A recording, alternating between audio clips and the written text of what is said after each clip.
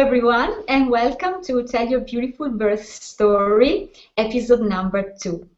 This is Silvia Camerini, and I'm the creatrix of The Pregnancy's Queen. That is my project to illuminate pregnant women.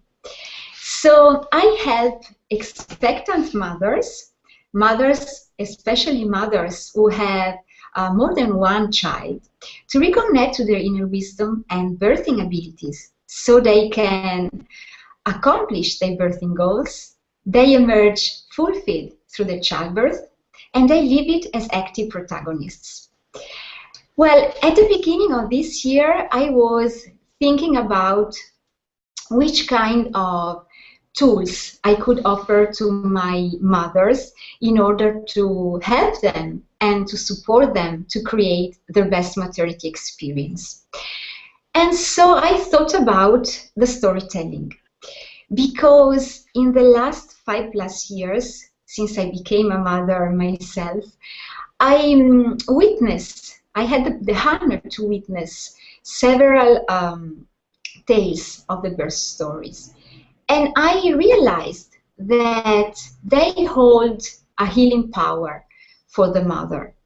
She becomes the protagonist again after the childbirth, when everyone is thinking about the baby, and she has the chance to speak her truth about her childbirth. So I decided to start this series. And this is the second episode, and today I'm hosting a very special woman. She is a coach, she is an educator, she is working with mothers to help them create the kind of childbirth that they deserve and they want to accomplish. And she has been working through the States in the last years, helping many, many mothers, and she has witnessed thousands of births. And the beauty of this meeting today, in my opinion, is that today she is shifting the roles and she's becoming one of those mothers. So she's here willing to tell her beautiful birth story, to share it with you so that you can be inspired to create your own beautiful birth story. She is Nicole Deggins, and I'm very, very pleased to have her here with me. Hello, Nicole, and welcome. Hello, thank you for having me. I'm excited to be a part of this program that you've started. I think it's so great for women to be telling their birth stories. Thank you so much for being here. When you're ready, you can start to share your story. But before to do it, I love to acknowledge the thing that you are here with us today. And your humility, your courage, and your strength to become and to be here as a mother and to share an intimate part of your life. So thank you very much for this sharing, Nicole. Thank you so much. So before I get started, I'm just gonna, everybody say hello to Kaylile. This is my baby. And she is the one who has given me this beautiful birth story. I may have somebody come pick her up. She just finished eating, so she may get a little excited, or who knows what happens. You know how it goes. So, you know, I wanted to tell my birth story. I wasn't really sure exactly. I had planned to blog it out, to type it, because I have a blog. And so when Silvia emailed me and invited me to this Google Hangout, I thought this is a great time. It'll force me to go ahead and get it told and to be able to share it. It was a wonderful experience. And like Silvia said, I'm a nurse, I'm a midwife, I've been a doula, I've worked in so many hospital settings and in different places, home birth centers and things. And so it was a true role reversal to go from being the care provider and the educator person to being the actual mom in labor giving birth. And moving towards giving birth and moving towards my birth, one of the things that I was concerned about was my ability to turn off my left brain so that I could free up myself to engage fully as a, in a primal space to give birth. I was very nervous about that. There's a long-standing rumor, which is completely false, but there's a long-standing rumor that if you're a midwife, or particularly a hospital midwife or a labor and delivery nurse, everything that can go wrong is going to go wrong. And so there's this ongoing joke about that. I'm going to pass the baby off real quick. There is this ongoing joke about that in the nursing community. So I actually did have a little bit of thoughts about that, and I was really anxious to make sure that I was able to keep myself in a mother space and not in a midwife space and not in a nurse space. So I remember a couple of weeks before my birth, and I was initially planning a home birth, and I ended up with a hospital birth. I'll tell you all about that. But I had my doula team, my mom, my partner, he was here, my mom and my doula were at my home, and we had a meeting, and she asked me what was one of my biggest concerns, and I said that was part of it, that I wasn't going to be able to get out of my own way to allow the birth to happen, because that's something that we know. And so the whole time I was back and forth between being a mom, being a care provider, especially the last few weeks of pregnancy. So yeah, I was planning a home birth, and I was very excited about that. And it's very interesting because I definitely believe that everybody's birth experience is a part of their life's journey. And whatever happens in your birth experience is part of creating you to become the woman that you're going to be and the mother that you're going to be, and allows you to really embrace different challenges and things for yourself. So for me, it all started when I was 2 hours away from being 35 weeks. I'm using the bathroom, and my water bag spontaneously breaks, and I am devastated because while I know that, I'm ready for a home birth, at 35 weeks, I did not feel comfortable staying at home because I've seen, really healthy babies and not healthy babies at 35 weeks, and I just didn't feel comfortable having a home birth at that space. So immediately, I felt like all of my best laid plans were thrown out the window, and I was like, oh my God, I've got to go to the hospital, and I cried, and I really had to work through that. So the great thing is that you can work through it, and I did. So I had been receiving prenatal care from a hospital birth midwife. She was not going to attend my home birth, but I just in the type of place that I live and how I work, I wanted to have that as a backup. So I waited a few hours at home. I go to the hospital, and my labor was not starting. So I had a spontaneously broken water bag at 35 weeks, which is a couple of weeks premature, and I had no labor. So I just kind of hung out at the hospital, and they were definitely interested in inducing me right away. And I was very adamant that I didn't want to be induced, that I knew that my baby would come when she was ready. I was confident that I wasn't going to get infected. I was confident that everything was going to be fine. So I just hung out, and I hung out at the hospital. After the first 24 hours, it took me about 24 hours to finally feel like I'm okay with this new place of birthing. The first day I just kept in and out of tears. I wanted a home birth. This is not what I wanted. And then finally I was like, okay, you're going to have a beautiful birth experience right here where you are. You're going to embrace the process that you're in. You're going to just give thanks for the fact that you have this option available to you, and you're going to move forward. And so once I got past that, we just hung out. So I hung out for another couple of days. And if you know anything about hospitals, often there is an antepartum unit and the labor and delivery unit. So when I got there, everyone thought I was going to go into labor. So I was in the labor room for a couple of days. And then on day 3, they said, well, doesn't look like anything's happening, so we're going to go ahead and move you to an antepartum room. They moved me to the antepartum room probably about 6 o'clock that evening, and we're just hanging out, watching movies. I was on the computer, and around 10 o'clock, I had a nice meal. I was really starving these whole 3 days. I was like eating, just eating, so hungry. So around 10 o'clock, I had a full meal. I fall asleep. At midnight, I wake up with this crushing contraction, and I am like, what is that? And my partner, he was laying, in the hospital they have like the cots next to the bed, so I grab him, and I'm like, I used some words that I won't say on public air right now, and I'm like, oh my God. So I jump up, and I had to go to the bathroom, and I had been on some antibiotics, so I'm like, oh, maybe it's all the antibiotics giving me some diarrhea. So there was this part of me trying to rationalize out what was happening. Can't be labor. I'm just having some cramping and diarrhea from the antibiotics. And then there's another part of me that's like, it's probably labor, but I didn't really want to share it with anybody at that time, because if I had been having a home birth, I wouldn't have had anybody with me at that time because it was so very early. So this was like about midnight. So I just keep going to the bathroom, and probably a couple of hours later, the nurse comes into the room, and I'm in between contractions. So I just say to her, you know, I'm having a little cramping. I kind of downplay everything that's going on because I didn't want to all of a sudden have this flurry of activity. I wanted things to stay pretty calm in my room. It was just me and my king man in there, and there wasn't anybody else, and I kind of wanted it to stay peaceful and quiet and just me kind of working through my contractions. I didn't want a lot of flurry, so I kind of downplayed to her what was happening. I said, I think I'm having a little diarrhea and some cramping. Maybe it's some contractions. I don't know. And she was like, okay, well, the midwife is on her way to see another mom. So when she comes here, I'll let her know. So she comes in to check on me, and she's like, do you want a cervical check? I'm like, no. You know, there's nothing big going on, because, again, in my mind, I'm supposed to be at home. So I wanted to maintain as much of that peaceful, laid-back place as I could.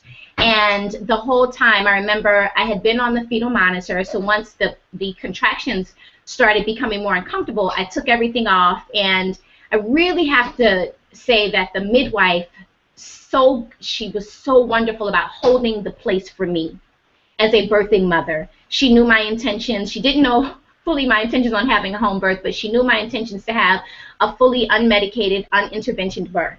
And so I took off the monitor, and she did a little bit of a Dopplering, listening to the baby when she got there, and that was it. So I was free to walk around. I was back and forth to the bathroom. My appetite was completely gone. I had no desires to eat at that point. I was sipping juices and waters, and just kind of rocking through my contractions. I had a very interesting contraction pattern. I call it interesting. I have nothing really to compare it to. But I remember I would contract like every 3 to 5 minutes, and they were pretty, you know, easy, I guess you could say, and I was just kind of rocking through them. I did a lot of hip twisting and moving. I got on the birth ball for a little bit. I used the back of the bed at the hospital. I had the head of the bed raised up, and I was kneeling in the bed and like leaning over the head of the bed and just kind of rocking through every contraction. And then I would say like every 45 minutes, I would get a surge that would like knock me over, where I felt like I almost couldn't breathe, and I'm like, what is this? What's happening? And it was a really interesting experience. And again, in my space, in my head, I'm trying to remember, stay in mother mode, stay in primal mode, stay in birth mode. Do not go into nurse mode. Do not go into midwife mode. Do not go into doula mode. Just stay, you know, stay with the contractions, stay with the baby. My baby, I always say she was a lazy baby the whole pregnancy. So she didn't move a lot during the pregnancy, and she really wasn't moving a lot during the labor. But, I was talking to her, and it's so interesting because I'll say this, I had a very fast labor, 5 hours and 47 minutes. So in the midst of this time, at 1:30 in the morning, at 2 o'clock in the morning, I had no idea that I was moving so quickly.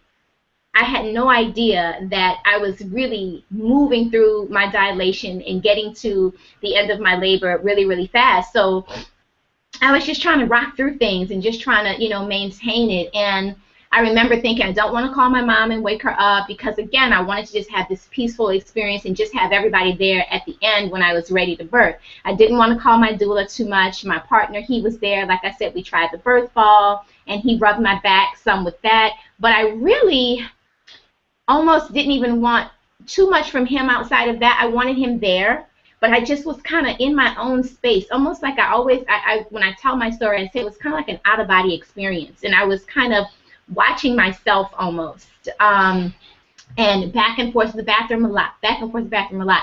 So probably around 4 o'clock or so, I looked at my partner and I told him, I said, call my doula, and Latona. I said, call Latona. So he calls her up, and she comes, and she probably gets there at 4:30. We'll say 4:30. I don't know the exact time frame. And I'm still kind of just rocking through my contractions, and I'm really feeling like things are going pretty easily. I'm thinking in my head I'm early 4 centimeters or something like that. You know, I have no idea because I didn't want any cervical checks. And so, but I was definitely moving along, and my noises were changing, and I knew that something was happening inside of me. I could feel it happening, but I didn't know. I really had no idea how rapidly things were moving. So the midwife comes in, and she says, well, it sounds like things are kind of getting, you know, really going. We want to go ahead and move you back to the labor and delivery room, because at this point, I was still in the antepartum room. And, you know, I could have completely delivered in that room, but her concern was it was an early baby, and what if the baby needed interventions? She wanted to have, you know, the baby warm and all that stuff available. And I was okay with that. So I'm like, okay, fine, or whatever.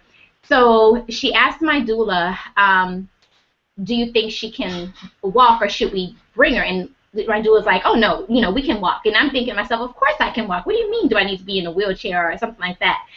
So I go to the bathroom, and I remember having this just out of body. Everything I feel like was out of body experience. I'm sitting on the toilet, and my partner's in there with me, and I'm grabbing his waist, and I have my head in his chest, and I'm like, I said, baby, I need you to help me. I need help. I need help. And he's like, what do you want me to do?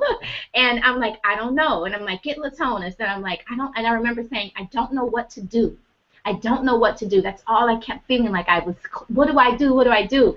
And her and the midwife, they just kept saying, you're doing it. You're doing it. You're so beautiful. You're doing it. You're doing it. And I was like, yeah, no, I don't feel like I'm doing it. And part of it was, again, me going back and forth between being the mother and getting out of my own way. I knew that I knew that I couldn't control what was happening.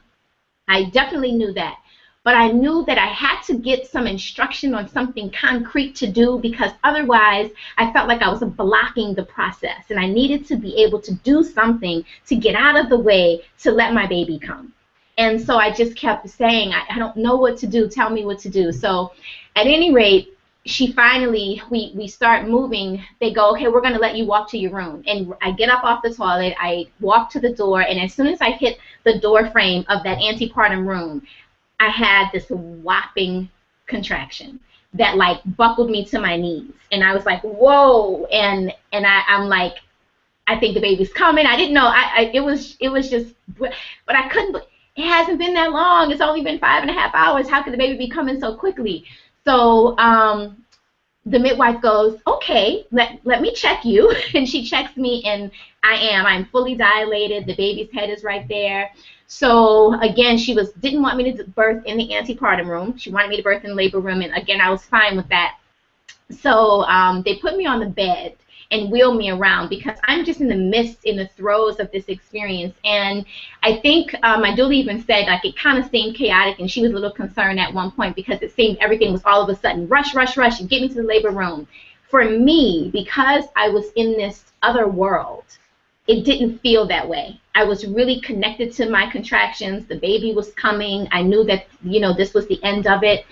And I didn't feel, I don't even remember. Everything was a fog. It was a total fog. And I think that I'm really, not that I think, I know I'm so happy that I was able to allow myself to move into the fog, because the fog made everything a blur except what was happening right inside of me. So I wasn't really distracted by the fact that I was moving. I wasn't distracted. I remember getting to the labor room, and there were a couple of random people there, as is what happens in hospital birth. And I'm like, who's that guy? In like another place of my mind. It's like I had all these different places in my mind working. So in this one place of my mind, I remember thinking, who's that guy and who's that guy? And one of them was like the OB tech who had come in to set up the delivery table and all of that stuff. And then he quickly left. There was the nurse who had been taking care of me. She left. There was a resident, which the midwife had already spoken with me earlier about, would you be okay with having a resident in on your birth? And I'm like, as long as they don't touch me and they're just standing in the corner watching, I'm okay with that. He left, like everybody left, which was beautiful. So it ended up being, and then the energy and the everything shifted again. So it was me, my doula, my partner, and my midwife.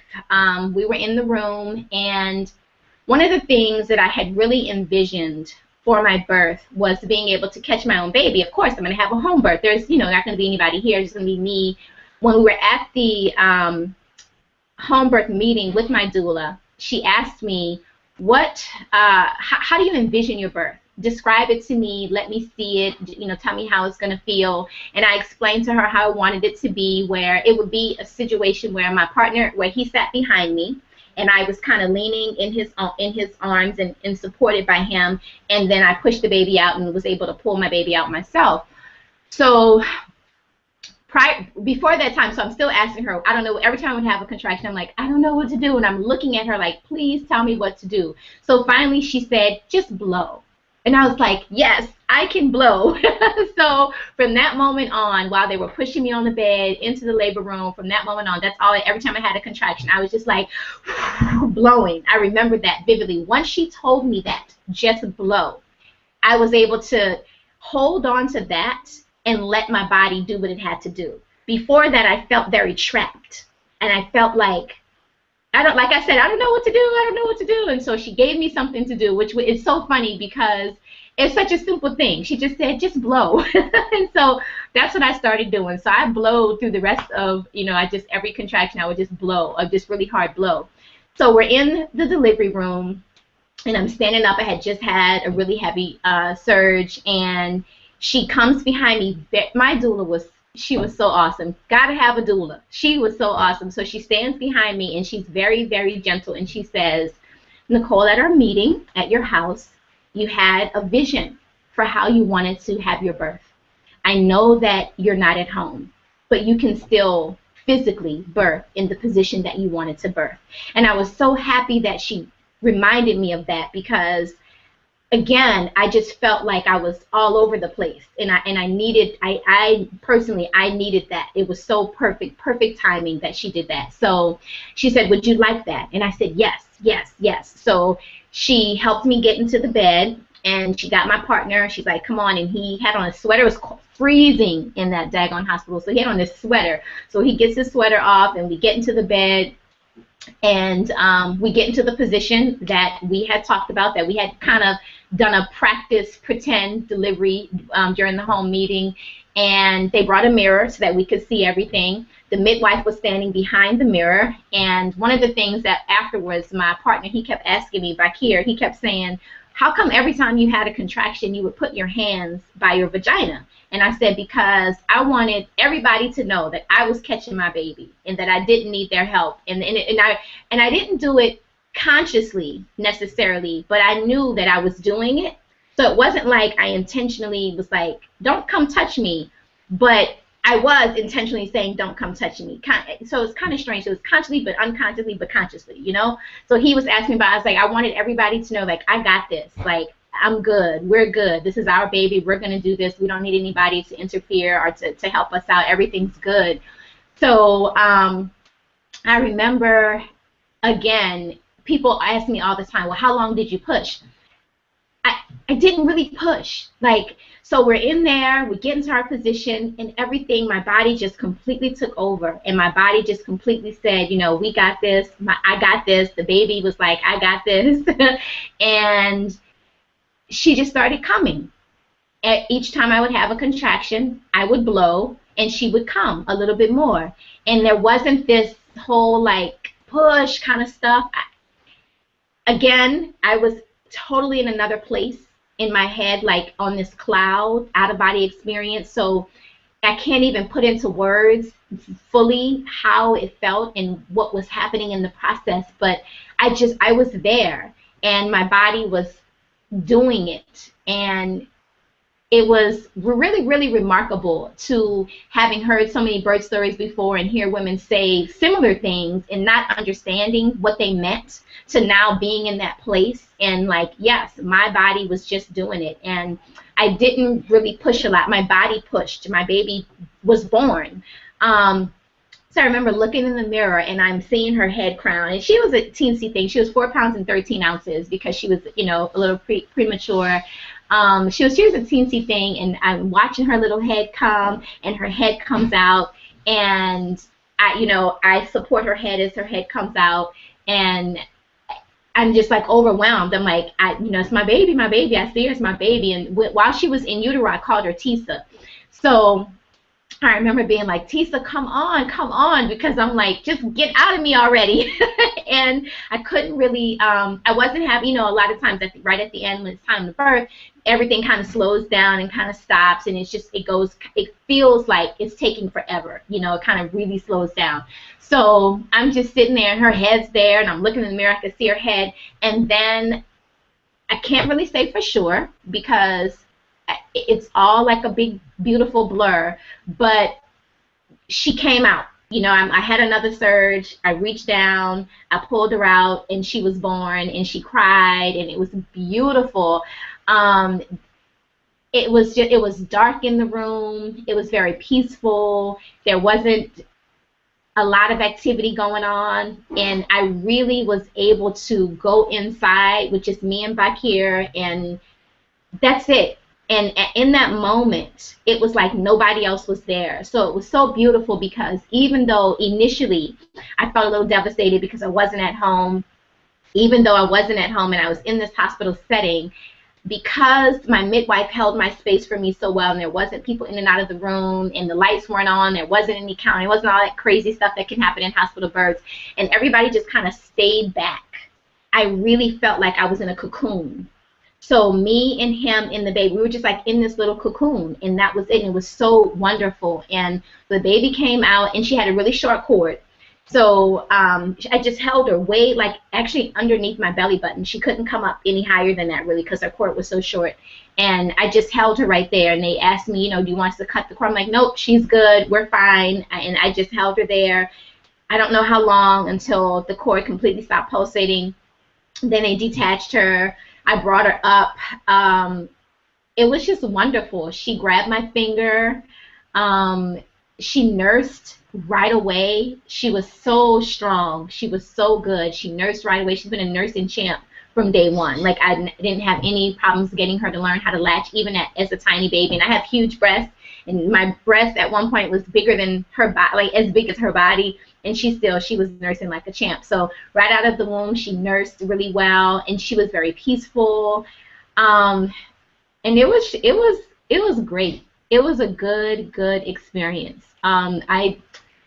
I just was so grateful for everybody who helped me make it the experience that it was, because I remember feeling so devastated initially, and then just so grateful. I can't believe I'm crying.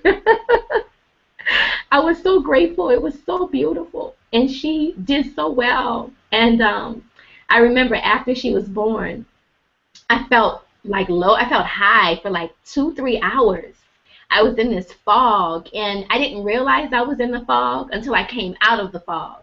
And after I came out of the fog, I was like, whoa, where was I? Like I literally had gone to another place, and to experience that and to have that experience, that connection, it was beautiful. It was beautiful. And I did not think I was going to cry. It didn't even dawn on me that I might cry telling this story.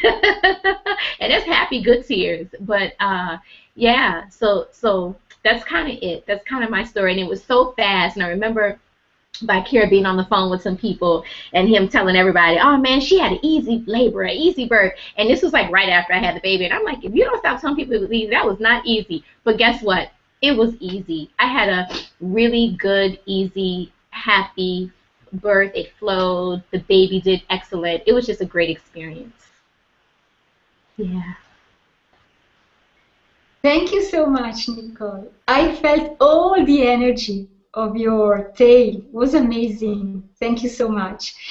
And while you were telling us the story, I was thinking, how do you think you was able to create all this? I mean, do you think that your background helped you because you've been a doula, midwife, you knew about the childbirth experience in a way or another? Do you think it was your background? Do you think it was just luck? I don't think so, because I really think you created. You were active. You were doing something really as a protagonist of your birth. So if you can share with other mothers what do you think that made the difference in your birth to really create it as beautiful as it was? So obviously my background helped me in planning what I wanted to experience. I knew what I didn't want. I couldn't really say exactly how it was going to turn out because you never know how it's going to turn out. But I knew what I didn't want. And what I always teach women is you've got to put the right people around you. You've got to have the right team. And so I think part of it was certainly the midwife that I had and the doula that I had were very good protectors of my space. I think that was very critical. Really, I was in a lot of communication prior to birth with my partner. So he knew what I wanted and how I wanted things to flow. So I think my background helped in the sense that I knew how to make that communication happen. However, having my background didn't mean anything in the sense that it could have actually hindered me. If you remember early on, that was one of my biggest concerns. I didn't want to be so into trying to detect how's the baby doing, what's the fetal heart rate, you know, what's my dilation kind of stuff, and really having to move myself out of that space. And I think that any woman, every woman has the ability to create a good, strong birth team, to pick the right people to put on her birth team, to create the environment with the individuals who are going to support what it is she wants. I really think that that was critical. And then being able to allow the process to happen, which becomes very difficult, I think, or can become difficult when you're in the throes of it, you know, just really getting out of the way and allowing your body to do it. That was, I guess, the challenge for me, like being like, okay, it's happening, this is it. And again, I have been waiting for 3 days. So all of a sudden it's like, wait a minute, I didn't want it. Did I want it today? I didn't know it was going to be today, you know. So then first I'm in this kind of thing in my head. Yes, it is. No, it's not. Yes, it is. No, it's not. But ultimately, I think having the right people around me and with me is what helped create the environment that I needed to be able to feel comfortable, to let myself become vulnerable in the space of birthing. Does that make sense? Yes, of course. You confirm once more that, as I believe actually, that preparing yourself before your childbirth, during pregnancy, is pivotal. It makes the difference. I'd love to know if you want to share it. What did you do? How did you prepare concretely, I mean, during your pregnancy? Because yes, you met your doula, you spoke with to your partner, but when did you start? I mean, during your pregnancy, did you start just in the last few weeks, or was it a longer journey? So what did you do to arrive where you arrived? I had decided that I wanted to have a very healthy pregnancy. I'm 42. So I had to really be conscientious about my health, about how I was engaging with the baby, how I was engaging with the environment, with my atmosphere, because I believe that all of that impacts our birth outcomes. So I was very, very conscientious about my herbal teas I was drinking, the tinctures I was taking, and I believe that those things helped make sure that my body was healthy, that my womb was healthy, and that my baby was healthy. I was conscientious about what I was eating. I was not perfect by any stretch of the imagination. I tell people all the time, I will no longer fuss at a mom for what she does or doesn't eat or drink or have during her pregnancy. It's tough, you know, making sure that you get enough water and you get the right teas and you're eating the right amount of protein and all that stuff, but I was very conscientious about that. And then understanding kind of my mindset and how I operate, I thought that I would be interested in hypnobirthing or hypnobirthing style of birth. I didn't get into that really, but I always have for some years now do affirmations. So I had an altar set up prior to my pregnancy where I would really just, I had a couple of affirmations that, you know, I have a healthy womb, I'm going to have a healthy pregnancy, that sort of thing.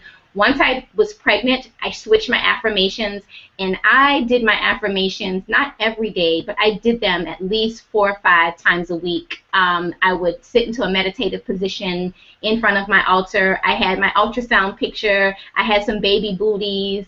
I had my due date. I had some fertility symbols on my altar, and almost daily I would sit there and I would meditate with my eyes closed and really visualize, I have a healthy full-term pregnancy. I have a beautiful home birth with no complications. I am strong. I am powerful. I birth easily. And I did this regularly. And I think that helped me towards the end. Of my pregnancy, I started doing more meditation. I live close to the Mississippi River, not very far, so I would walk to the river on my walks, and I walked not as much as I really wanted to, but I did walk during my pregnancy quite often, and I would walk to the river, and I would just sit at the water. I believe that there is healing powers in the water, and there's a spiritual connection with the water, and so I would sit out there and meditate and visualize my birth, visualize me being healthy and me and my baby being healthy and going through the birth process easily. And at this exact moment, I wish I could tell you exactly what my affirmations were. I had like 3 of them that I would say regularly. I'm drawing a blank. I can't think of exactly what they were, but they were basically like, I have an easy labor, my baby is healthy, I am healthy kind of stuff. And I did them regularly, and I think that helped me as an individual move myself into my space. And I was very conscientious of things that I thought about and just the energies around me, who I allowed to touch my belly and where I was going. And I was just I was in a very peaceful place. I'm a very high-strung person, generally speaking, a lot of the times. And I had a lot of people, and not high-strung like wigging out, but just I have a lot of energy.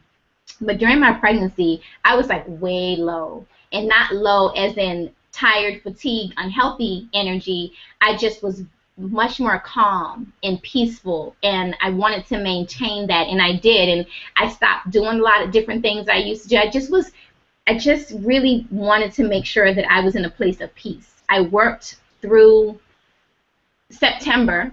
I traveled a lot for my job. And so when I would go out of town for my job, I would go to my hotel room and just rest and meditate, and I talked a lot to the baby and rubbed her a lot. We communicated a lot. I talked to her every morning. I talked to her when I felt her moving, let her know that I was there. So I think that also had a significant impact on my experience. I thought it was important that I made that connection prior to giving birth, and I think that I did. Yes, thank you. And I'd love to know, because everything seems so beautiful in your tale. So I'd love to know, how did you cope? Which skills did you use when you realized that you couldn't have your home birth, but you had to go to the hospital? So which strength, which light did you ignite inside yourself to go to the hospital and decide to have a beautiful birth anyway there? So first I had no coping, and I just cried. I cried for hours. And then I think, when you're faced with any challenge, and I'll call that a challenge for lack of a better term, when you're faced with any challenge, you just have to make a decision. You're going to either allow this to take you over, or you are going to move in positivity to create whatever it is you can create. I come from a family of survivors. We survived Hurricane Katrina. We can survive anything. I'm in New Orleans, right? That's what we do. We're survivors. So it's like, okay, so you're not going to have a home birth. What's the next best thing that you can create? How can you now have as much as what you wanted, even though you missed that one piece of it? There's always going to be a challenge. There's always going to be something that does not go exactly as we want it. Like I have on my website, I talk about the birth plan myth. That's my whole, and that's what was so, I went to that, and I thought, what would you tell a mom who called you about her birth plan that got thrown out of the window? What would you say to her? How would you help her cope? And I went into that space, because at that time I was still, I wasn't in labor. I was just kind of hanging out. So I was able to really rationalize with that. And it's like you would say to her, okay, So this is what happens. Now, what's the next best thing that you can create? How can you still birth something beautiful even though your birth plan is no longer going to be able to happen the way you initially had it written out?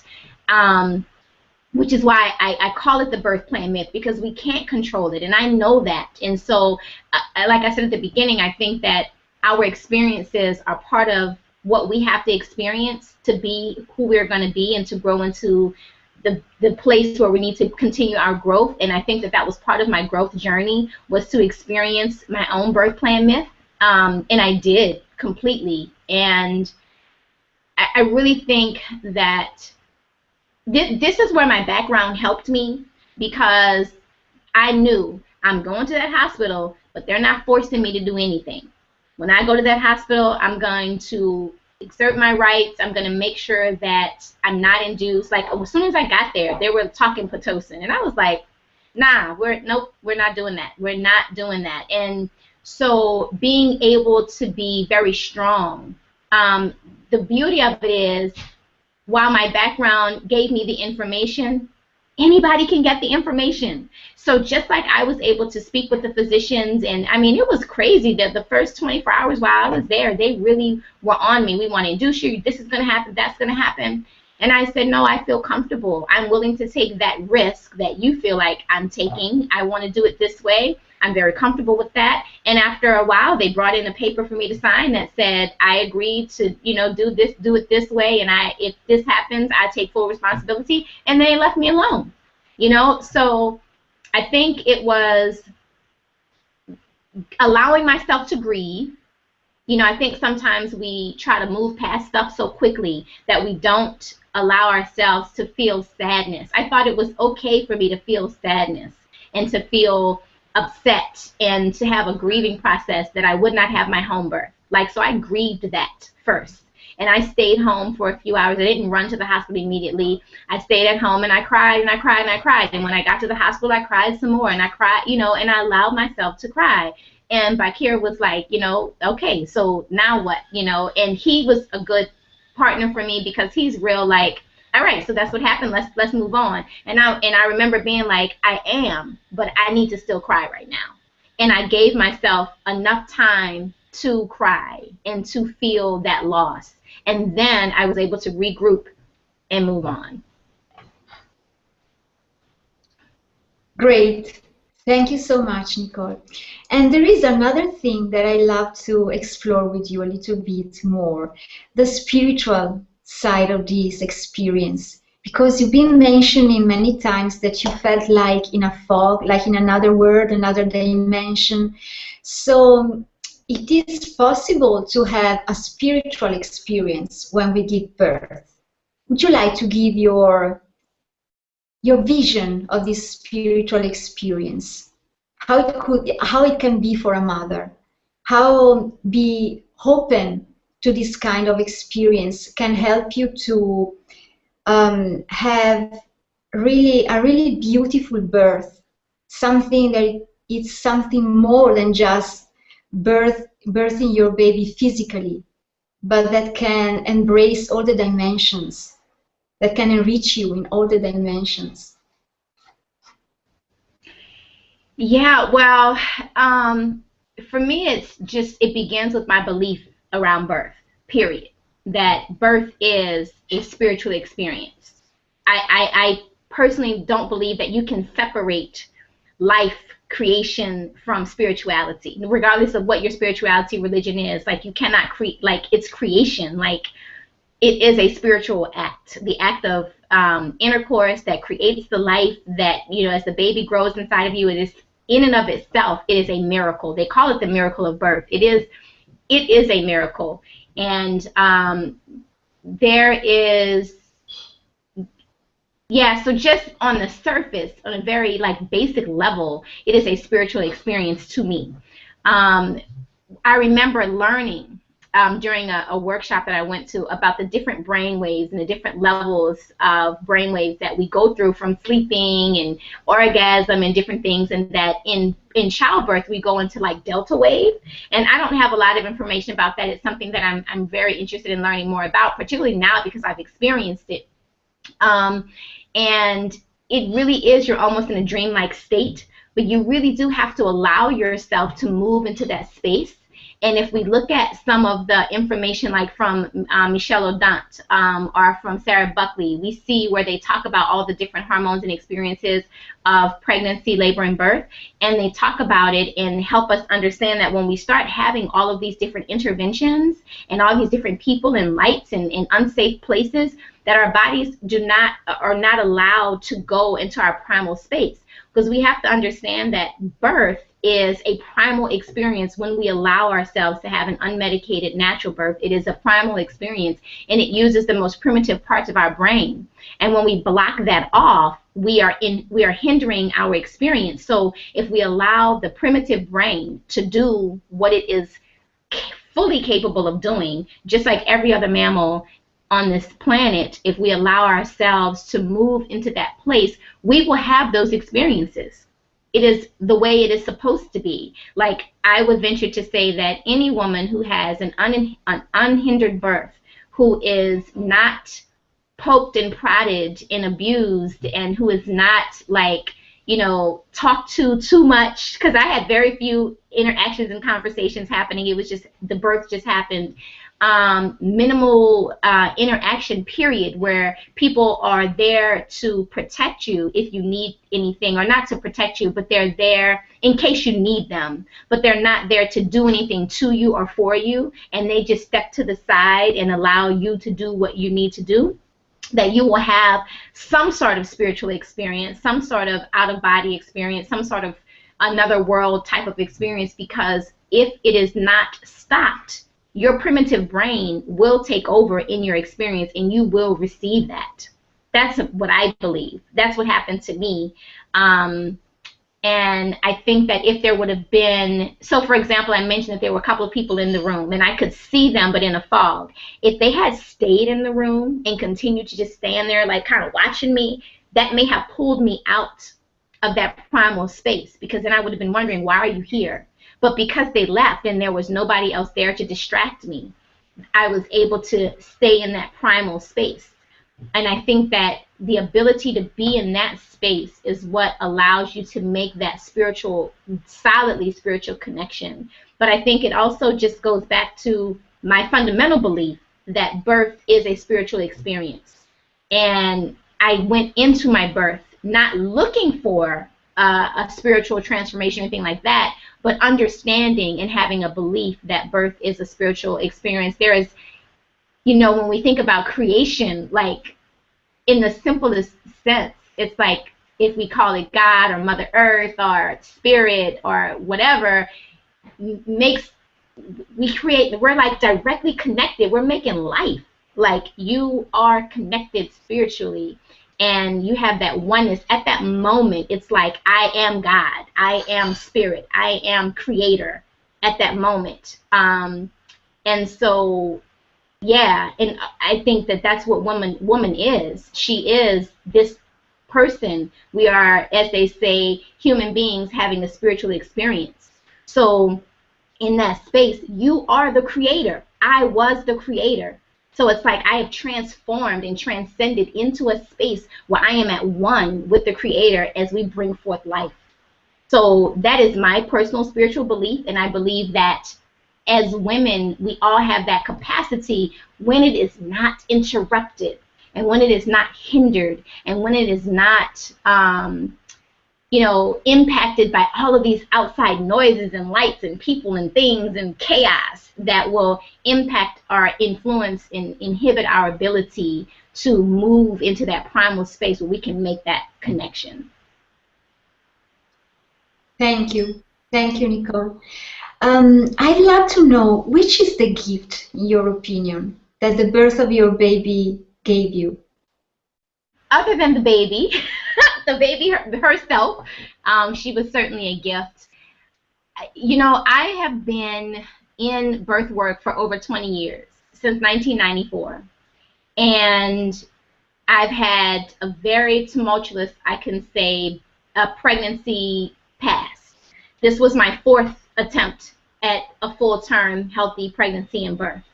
And so I think she was certainly a gift for me, and I'm very grateful for that. And I also think that it was a great timing for me in terms of now I feel so connected, and I feel like I am now a part of the club of women who have had this experience. It's very interesting to be on the outside for so long and to support women and to watch them make this rite of passage and to watch them grow and move into this space. And now I too have my own story. I too have my own experience. And I think just that is a gift. And being able to see also that some of the things that I teach women about how to advocate for yourself in the hospital, that they really do indeed work. And I know that they do, and I teach people to do these things, but that I had to use those things. I had to use exactly what I teach to decline Pitocin, to decline an induction and all that stuff. So that was beautiful to be able to put into practice exactly what I teach. And so now I can say not only do as I say, I can also say do as I did because I did it and you can do it as well. But I think more than anything, just being able to have my own experience, because I've cried other women's birth stories. So there are some birth stories that I've been a part of that were so beautiful, and I can tell the birth story as if it were my own because I was so connected to that woman. Now I really have my own personal story. And so I think that that is the biggest gift, my own journey, my own story, my own experience. It was wonderful, and I feel grateful that she gave me the experience that I prayed for, the experience that I meditated about, the experience that I knew rightfully I deserved and I could have. Wonderful.